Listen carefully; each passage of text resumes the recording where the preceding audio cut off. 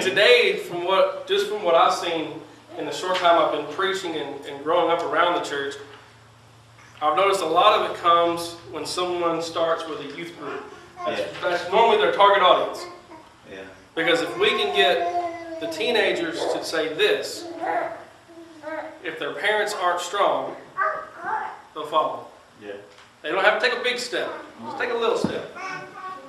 A lot of times that's where they start. Yeah. Would you say that's true? Yeah. A lot of times that's where it starts.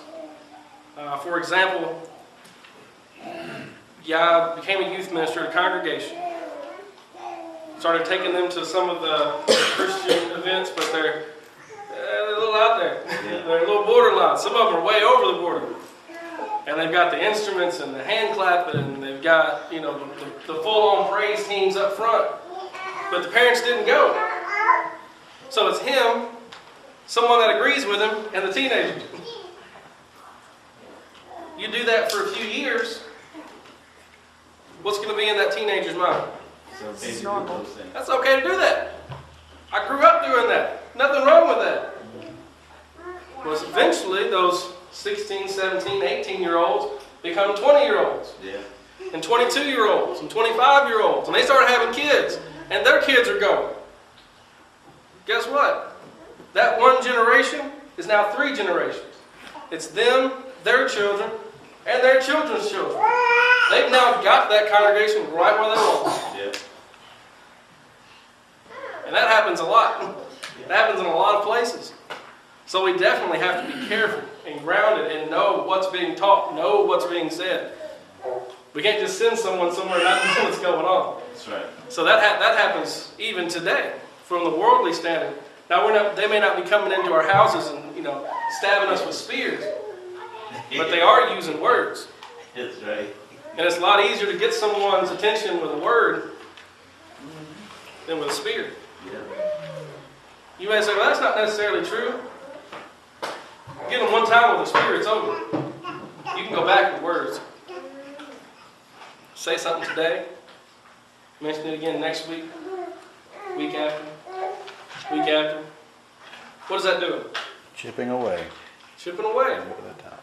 Yeah. Eventually you may say, well, maybe it's not all that bad. Maybe it's not all that terrible. I'm pretty good friends with this person. They're members of the church. And then next thing you know, this is where you are. Yeah. It's where you find yourself. That's a danger, isn't it? Yeah. All right, so we go through all the different things that the churches are going through back then. Then he comes to chapter 6 and he starts talking about the seals that were open. In chapter 6, we're introduced to an angel. What was important about this angel? How is it described? What kind of an angel?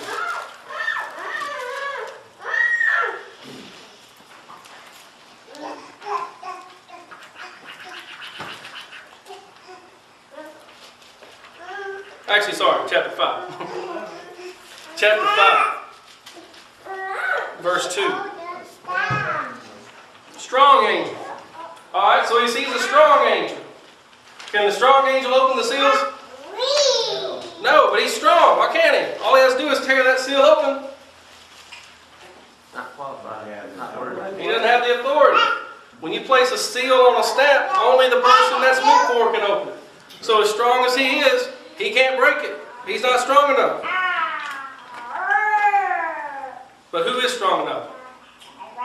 Who's the only person strong enough? No angel can do it. No regular man can do it. Who's the only one who can? The Lamb, Jesus Christ, the only one capable of opening that seal. And then we see the 7 seals. We'll look at the first 6, that's in chapter 6. You have the white horse, which shows Jesus conquering the church, conquering with the gospel. We see the second one, the red horse, which is talking about the persecution and war and death that is to come. The third one, the black horse, the discrimination that they're going to go through. They're not going to have any food. They're going to have to lose their homes. Their businesses are going to be gone. Who are you going to trade with? You can't join the trade guild, so your business is gone. The fourth horse, the pale horse, death and Hades. After one becomes a Christian, he's persecuted, he's discriminated against, and he dies. The fifth seal, these Christians endure as their souls under the altar of God before the throne of heaven, asking how long? How long till you deal with these people? How long? How long do we have to wait? The sixth seal. God says, take a white robe and wait a while. Yeah. Judgment is coming. One important message God has for us. Be long-suffering. That's right. Because I'm long-suffering. A person's not going to change overnight. They're not going to change in a week sometime. It may take 10 years to get someone to change. It may take 50 years to get someone to change. He says, be patient. Be just as patient as you want me to be patient with you. Uh-oh. Now that's a thought. Be just as patient with someone else as you want me to be patient with you. That's right. Isn't that his message? Treat other people like you want to be treated. Go ahead, brother. You know, the thing with most people, they think when you teach someone the gospel, all of a sudden they're supposed to accept it. Right. But it just don't work that way all the time. No, it doesn't work that way all the time. But you know, once that seed planted, it's always there. But it might be 2 years, 3 years, might be a year, might be 4 or 5 years. Yes, sir. You know. Yes, sir. I was having a Bible study with a friend of mine growing up. We studied probably 3 years. Just every time we get a chance to sit down, we'd study. Nothing. And then finally, one night we stayed up till 4 a.m. in the morning. I was about to die. And he said, okay, I want to be baptized. This is what it says. And I'm thinking, it's 4 a.m.? Okay. So we drive up to the church building, and I'm trying to figure out how to get in because I'm half awake. We drove all the way from out in the country to in town. And we did it. But it took years. Like he said, it took years to get him to the point where he was like, okay, this is what it says, and this is what I have to do. Oh, yeah. Because there was so much unteaching that had to take place. Oh, yeah. Because if someone grows up in this box, it's hard to break down those walls and say, okay, all that stuff that guy told you growing up was a lie.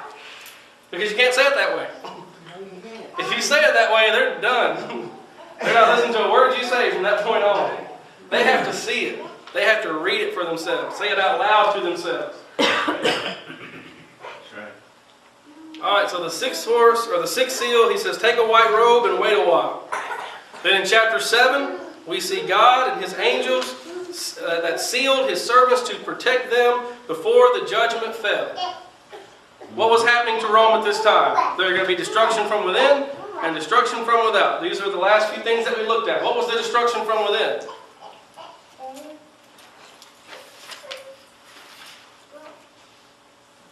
How'd they die from within? Because this thing isn't going to affect faithful Christians. It's only going to affect the worldly people. How is that possible? What was the biggest cause of Rome falling? Sin. Immorality. They stole from each other. They killed each other. They robbed each other. They drank all the time. They used drugs. They disrespected marriage. They disrespected marriage. They disrespected the home. Children were not looked at as children anymore. Now, children had all the rights an adult had. Sounds scary? Familiar. Yep. There was no more respect being taught. Envy, jealousy, greed, murder. If I want something, I'm going to take it. You know why? Because my God said I could. I'm bigger, stronger, smarter, faster. I'd be in trouble because I'm not very fast. But that's where it came from. That's where their destruction from within, their immorality brought them down. And then destruction from without. What happened? Why would there be destruction coming from without? Rome had how much land? Lots. Lots. They owned from one end of the map to the other, from the bottom of the map to the top. So when people said, hey, Rome's weak, Rome's hurt, they're reeling. Yeah. You ever watch a boxer get hit in the nose and you can tell they're seeing 4 or 5 of one person? You can see it in their face. Their legs are wobbling and they're moving. They saw that in Rome. Yeah. And they said, hey, Rome's weak. So what'd they do? They attacked them. They attacked them. They raised up an army and said, hey, let's go. Yeah. There's no one going to stop us. They're broken. They're morally broken. Their homes are broken. Their families are broken. Their financial system is in chaos. Let's get them. So they had to deal from attacks from within and attacks from without. Then you had the trumpets and the warnings and the judgment that's going to fall. God's message to Rome was this: if you kill my people, how will I respond? I will destroy you. The same message he said to Egypt. If you hurt my people, what? What happened to Pharaoh? You hurt my people, I'll hurt you. That's God's message in the book of Revelation. If you hurt my people, I will hurt you back. I'll destroy you. I'll take everything that you love, everything you desire, and it will be gone. Amen. All the statues of their gods, broken, chipped into little pieces, in ruins. Why do you think that is? Because no power can really stand against the power of heaven. No power can stand. Stand against the power of heaven. Yeah, and you're right, because God proved that when he sent Moses to Egypt for the showdown with Pharaoh. And Moses demonstrated that he was from God. And God had told him, this is what you do. And when we follow the orders of God, it's going to work out for us. Right. God's saying, you may win the war, or you may win the battle. You may win this battle. You may take some of my people. But you know where I'm going to bring them? I'm going to bring them to me. Yeah. And you're not going to hurt them anymore. No one will ever hurt them again once you finish doing what you're doing. But when I'm done, you won't exist anymore. Was God serious? Yes. When God says he's going to take a country and harm it, is he serious? When he told Babylon, you're going to be destroyed for what you did. That's right. Did he destroy them? Yes. When he got to Medo-Persia, he said, you took my people as captives, you enslaved them, you tortured them, you went above and beyond. What do you do to them? Killed them. Yeah, right.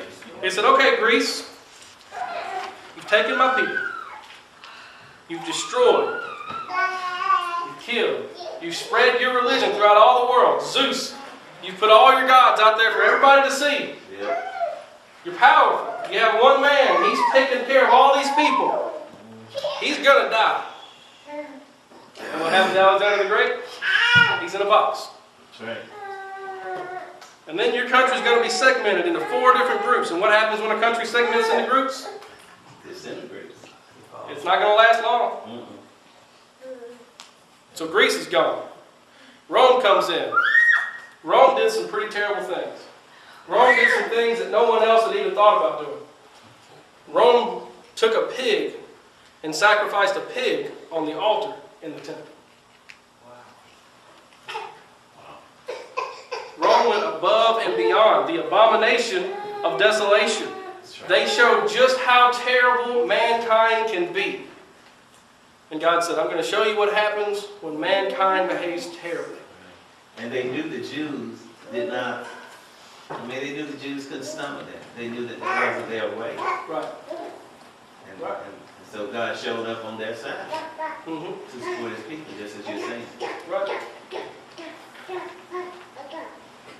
Has God always protected his people? Has he always saved a remnant? Always. Always. Does that mean there's never going to be bad things happen to us? Oh, no. No. Doesn't mean that at all. Some people say that. Oh, if you're a Christian, no bad thing will ever happen. I'm thinking, I wouldn't say that. There's a few chapters you need to read. Job, Daniel. Sometimes bad things happen to good people. That's true. That happens because we live in a world of sin and a world where people have the freedom to do what they want. And as long as people have freedom, people are going to abuse freedom. Aren't they? Yep. And you know, if we were really smart people, we would take a look at the degradation that occurred in Rome And we would look at the world today and see what we're doing in America. Mm-hmm. And God, I wonder sometimes, the sermon that we've long preached with God bless America.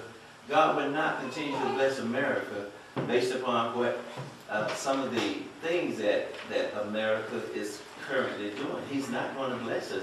He will not stand by and allow us to just do as we want to do, and then we not suffer the consequences. Right. He didn't do it for Rome, which Rome was a great nation at one time, Mm-hmm. but they failed.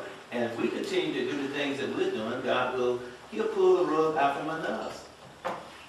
I mean, as great a nation as the United States is, it does not mean that we are gonna favor with God through sinful practices. I mean, God hates sin. Right. And we see some of the same things that happened in Greece, that happened in Rome. We see people dividing up.